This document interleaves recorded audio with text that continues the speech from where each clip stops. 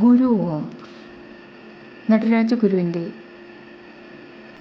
ആത്മകഥാകഥനമായ autobiography of N എബ്സല്യൂട്ടിസ്റ്റ് എന്ന ഗ്രന്ഥത്തിൻ്റെ മലയാളം മൊഴിമാറ്റം.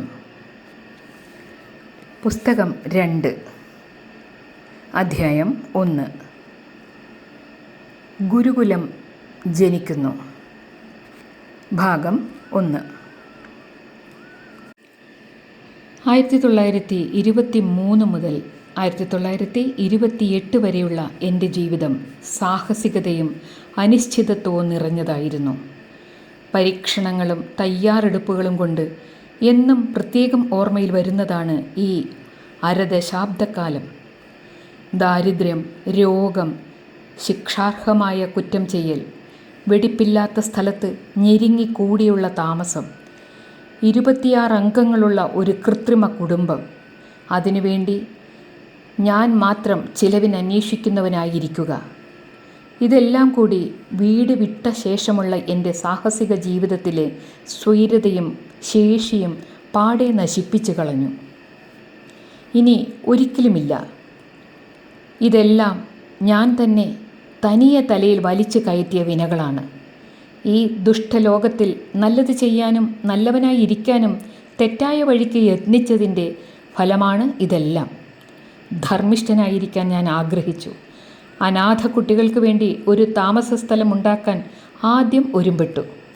മാസികകളിൽ നിന്ന് വായിച്ചെറിഞ്ഞ ഡോക്ടർ ബെർണാഡോയുടെ അനാഥാലയങ്ങളാണ് ഒരു മാതൃകയായി എൻ്റെ മനസ്സിലുണ്ടായിരുന്നത്.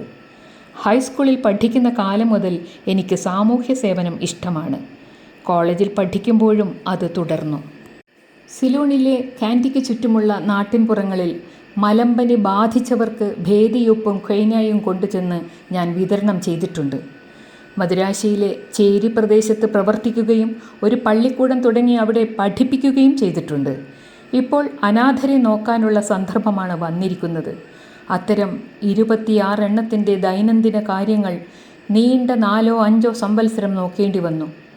പൊതുജനങ്ങളിൽ നിന്നും പിരിച്ചെടുക്കുന്ന തുകയാണ് പ്രധാന വരവിനം. അതോടൊപ്പം ധനസ്ഥിതി അനുവദിക്കുന്ന കുട്ടികളിൽ നിന്ന് 10 ഉറുപ്പിക വീതം സംഭാവനയും സ്വീകരിക്കും.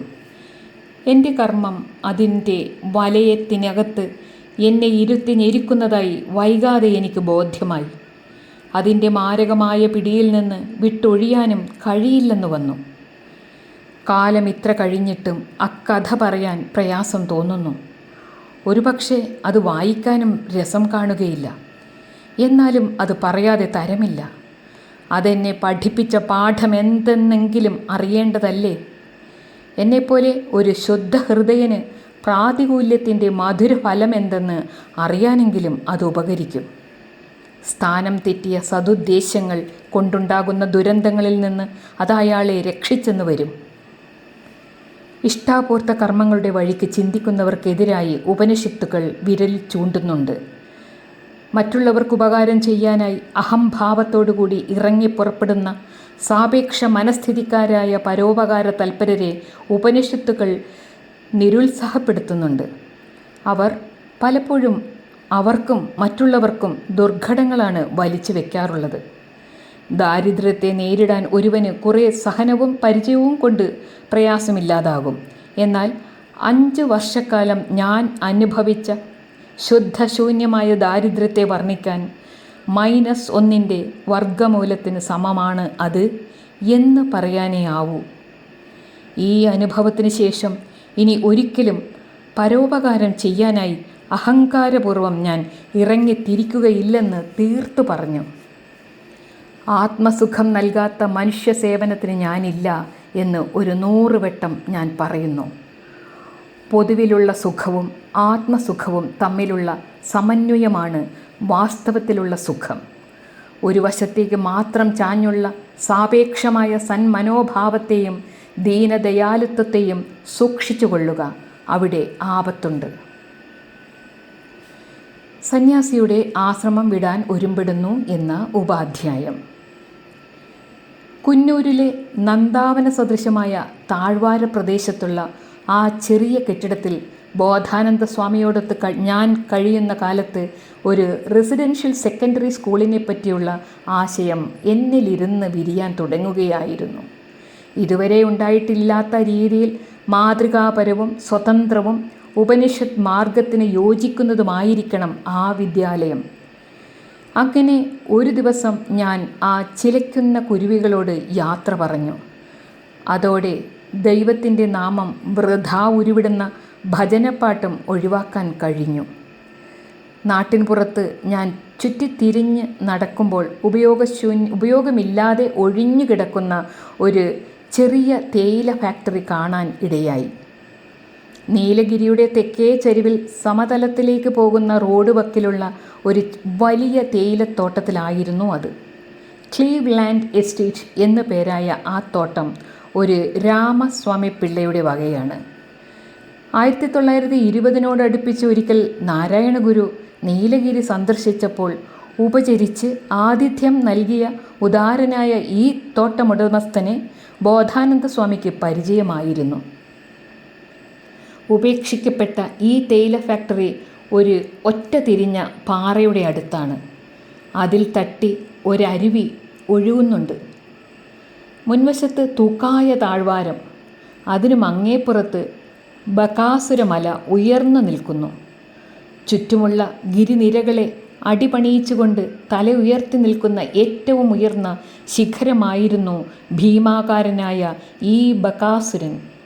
അവൻ്റെ ഉച്ചിയിൽ കയറി നിന്ന് നോക്കിയാൽ അകലെ താഴത്തുള്ള ഊഷ്മള സമതല പ്രദേശത്ത് നിരന്ന് കിടക്കുന്ന വയലിൽ എമ്പാടും വിയർത്തലഞ്ഞ് പണിയെടുക്കുന്ന ജനലക്ഷങ്ങൾ.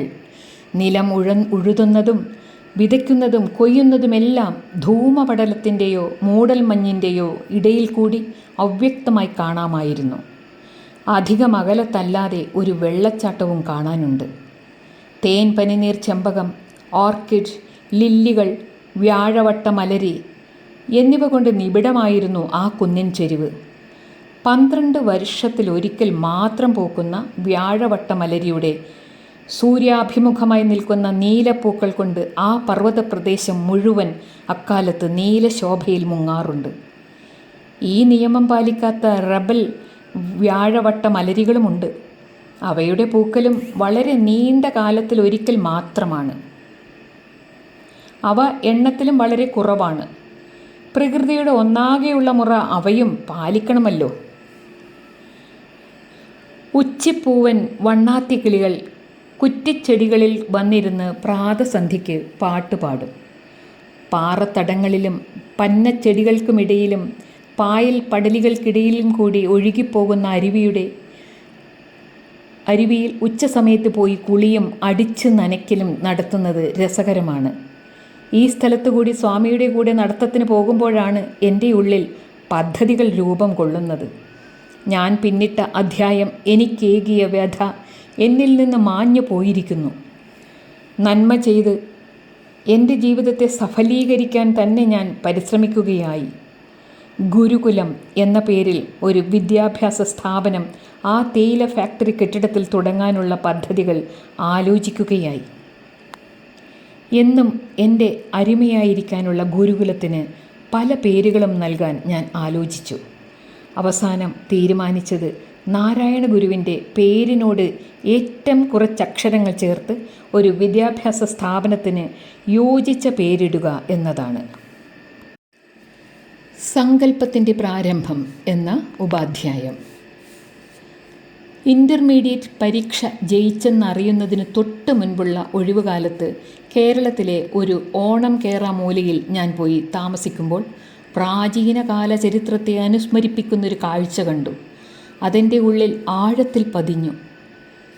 ഗ്രാമത്തിൽ താമസിക്കുന്ന ഒരു പ്രഭുവിൻ്റെ വീട്ടിൽ കൂടി കഴിയുന്ന ഒരു സംസ്കൃത അധ്യാപകൻ കൂടെ ആൺകുട്ടികളും പെൺകുട്ടികളെയും ആ വീട്ടുവരാന്തയിൽ വെച്ച് ഭാരതത്തിലെ പ്രാചീനമായ രീതിയിൽ സംസ്കൃതം പഠിപ്പിച്ച് ജീവിക്കുന്നു. ഇതൊരു നിസ്സാര കാഴ്ചയായിരുന്നെങ്കിലും എന്നെ വല്ലാതെ ആകർഷിച്ചു കളഞ്ഞു. ആ പണ്ഡിതൻ ഒരു കവിയും കൂടിയാണ്. കുട്ടികളെ വിഭക്തി പ്രത്യയങ്ങളും ധാതുരൂപങ്ങളും പഠിപ്പിക്കുമെങ്കിലും വെറും ശുഷ്ക വൈയാകരണനായിരുന്നില്ല അദ്ദേഹം. കാളിദാസൻ്റെ ശാകുന്തളവും മറ്റ് കാവ്യങ്ങളും കൂടി അദ്ദേഹം അവരെ പഠിപ്പിക്കുന്നുണ്ടായിരുന്നു. ആ കാവ്യങ്ങളെല്ലാം ശൃംഗാരത്തിൻ്റെ ശുദ്ധഭാവം കൊണ്ട് ഉത്കൃഷ്ടമാണ്. ആരുടെയും സദാചാരത്തെ കളങ്കപ്പെടുത്താത്ത ആ കൃതികൾ അവിവാഹിതരിൽ ഉണ്ടായേക്കാവുന്ന കൃത്രിമമായ ലജ്ജാഭിനയങ്ങളെ തുടച്ചു മാറ്റുന്നതാണ്. ഇത്തരം പ്രഗത്ഭരായ അധ്യാപകർക്ക് പഠിപ്പിക്കാൻ അനുയോജ്യമാണവ. പഠിതാക്കൾ അസാധാരണമായ ബഹുമാനത്തോടുകൂടി അദ്ദേഹത്തിൽ ആകൃഷ്ടരായി. വ്യക്തിപരമായ സ്നേഹബന്ധത്തിൻ്റെ പരിധിവരെ അതെത്തിയിരുന്നു. സുമുഖനായ ഒരു യുവാവ് സേവാനിരതനായി ഗുരുവിൻ്റെ ആവശ്യങ്ങൾ അറിഞ്ഞ് നിർവഹിച്ചു കൊണ്ടിരിക്കുന്നത് ഞാൻ ശ്രദ്ധിക്കാനിടയായി. മുട്ടിപ്പുല്ലുകൾക്കും കാട്ടുപൂച്ചെടികൾക്കുമിടയിൽ കൂടി വയലിൻ്റെ വക്കിലൊഴുകിക്കൊണ്ടിരിക്കുന്ന നീരൊഴുക്കിൽ ഗുരു കുളിച്ചുകൊണ്ടിരിക്കുകയായിരുന്നു. വെയിൽ നന്നായി ഉറച്ചിട്ടുണ്ട്. ആ ചെറുപ്പക്കാരൻ ഗുരുവിൻ്റെ വസ്ത്രങ്ങൾ അടിച്ച് നനച്ച് വെള്ളയാക്കി വിരിച്ചു. പ്രാചീന ഭാരതത്തിൻ്റെ ഒരംശം ആ വയൽവക്കിൽ തങ്ങി നിൽക്കുന്നതായി തോന്നി. ഇക്കണ്ട വിശേഷ ദൃശ്യം എൻ്റെ പ്രത്യേക ശ്രദ്ധയിൽ പതിയാൻ വേണ്ടി ഉദ്ദേശിക്കപ്പെട്ടതായിരുന്നെന്ന് തോന്നിപ്പോയി. 1-ാം ഭാഗം പൂർണ്ണമാകുന്നു. ഗുരു ഓം തത്സത്.